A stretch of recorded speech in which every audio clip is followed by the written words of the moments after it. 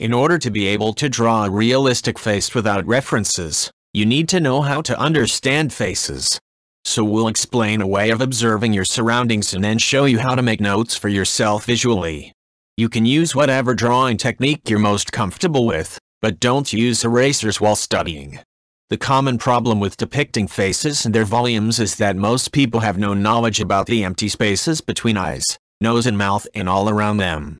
You have to be in control of these flat surfaces, and know how they behave and fit together. If you could draw these empty surfaces, then the main facial elements would be pushed into the right position automatically. But how can you draw something that isn't there? The answer is to translate volume information into lines and use them as a construction basis for your drawing. Here we'll give you one thing to observe for each step, that you later have to turn into lines. We'll also provide some examples of how to do it, using Photoshop for sketching and coloring, together with a Wacom Intuos graphic tablet. 1. Learn shadow language. Notice the empty space between eyes and ears. Click the arrows icon in the top right to enlarge this image. Here are the main planes of the face. Notice the empty space between eyes and ears, and how small the face is.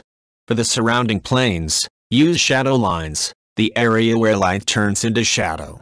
Even under different lighting, some shadows share the same lines.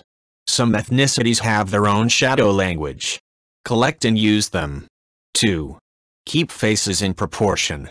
What we won't teach here is how to draw the eyes, nose and mouth. Rather, we add the idea of using mimic and gesture lines to locate the face.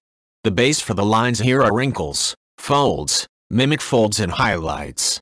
Don't skip the studying of proportions here. Take a ruler and a book and start making up your own rules. 3. Add shadows and volume. Here we ink the construction lines and add shadows and volume.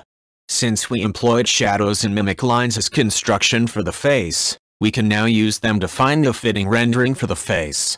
It makes life so much easier. If you study the face by yourself, you'll know how to use these lines. Don't worry, you'll get there. If you like this video, please leave a like and subscribe.